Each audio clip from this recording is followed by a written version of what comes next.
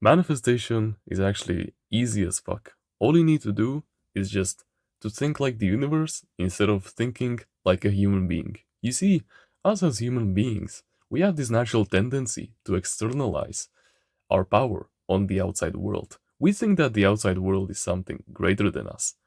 But whether it comes to manifesting a partner or a certain income, a certain job, or whatever it is that you want, it can be a thing, it can be truly anything, right?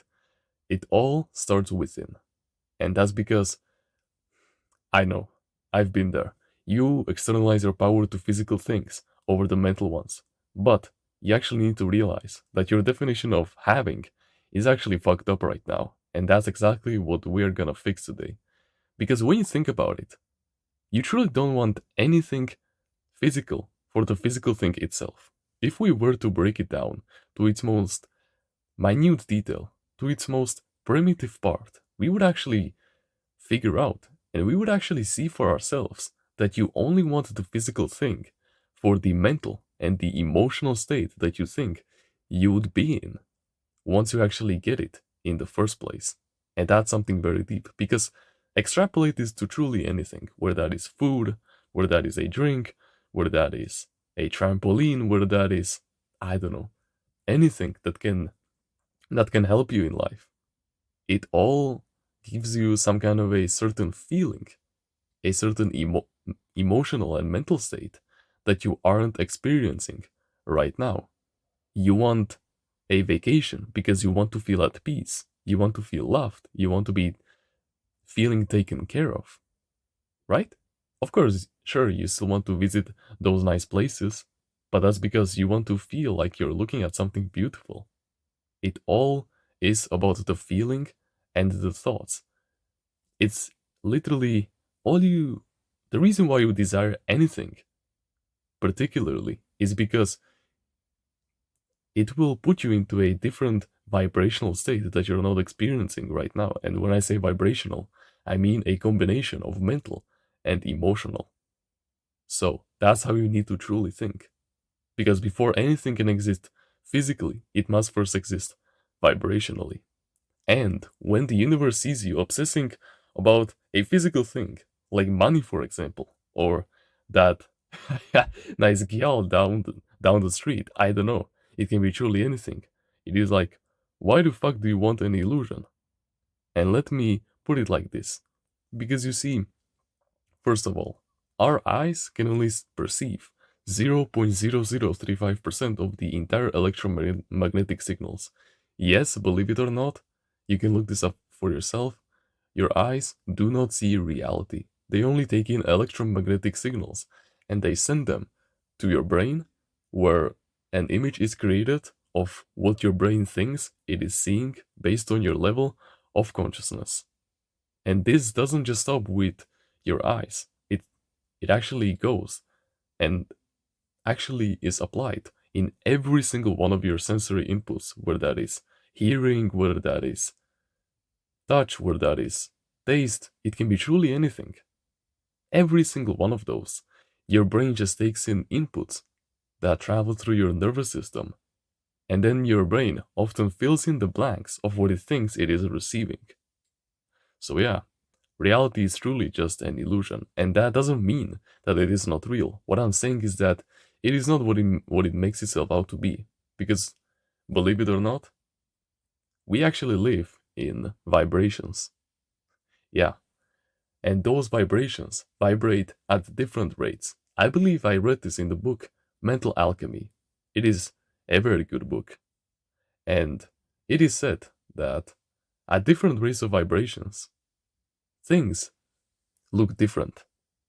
Like we start perceiving them differently. I don't remember the exact scale, but like from a certain degree onwards, it those inputs get interpreted as things that we see, for example. And that's how it truly works. The universe is nothing more but then just mm, your frozen imagination. It is nothing more than just your mental thought plus emotion combined, and then it has a material form. Because think about it, reality and imagination are nothing more but the same thing to the universe.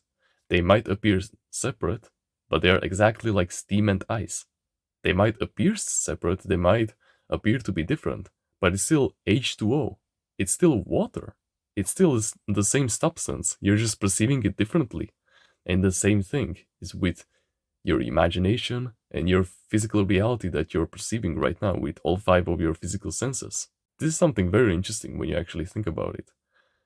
And so, now that we've already established everything, you need to realize that the true definition of having to the universe, so that you can finally receive anything that you so desire, is that true having isn't about the physical things. It is about the mental and emotional things that you are occupying right now. It is the vibrational alignment that you're tuned into right now. What kind of thoughts and what kind of emotions are residing within your mind? Whether that is your conscious mind or subconscious mind, doesn't matter. It's both of them. There is no objective reality. There is only yours reality.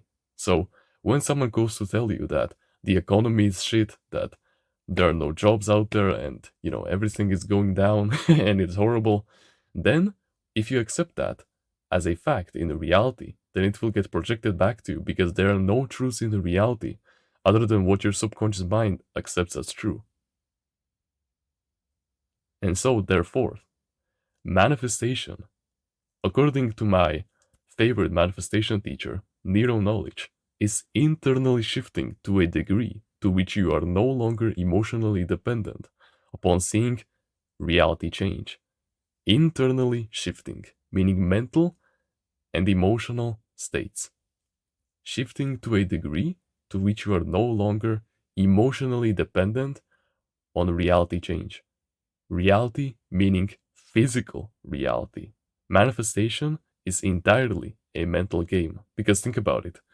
Once you give it to yourself, that desired reality of yours, once you get into a deep, relaxed meditative state where you allow your brain to go into theta mode, where your subconscious mind is completely receptive to any new ideas that are charged with enough emotions, because then the door to your subconscious mind is wide open.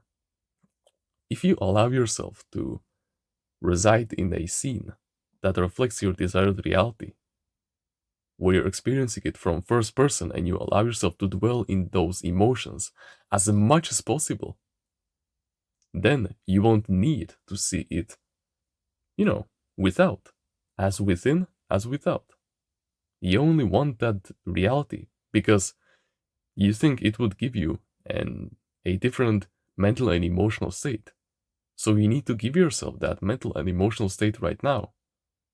And then it will come physically. Because energy is the only real thing in this entire universe. And what is emotion? I want you to actually pause and think about it for a second. Because emotion is energy in motion. That's right. And when energy starts to move, they emit a signature that we call vibration.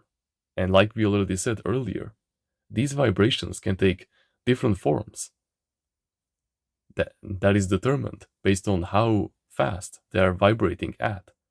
From a certain degree, those vibrations can be interpreted as something that we can smell, as something that we can touch, something that we can see, for example. So we can see that it all starts from the mind. So therefore, your definition of having shouldn't be tied to the physical plane. It should be tied to the mental and the emotional realms. That's what you should be aiming for. You should give it to yourself before the world proves it to you. Because otherwise, you'll just be externalizing your power to the outside world. You'll be waiting for the mirror to smile, but you need to realize that the mirror will never smile before you do. And I exactly did this when I was learning about World War II. I didn't tell anyone about it, that I was learning it. I was just doing it for fun.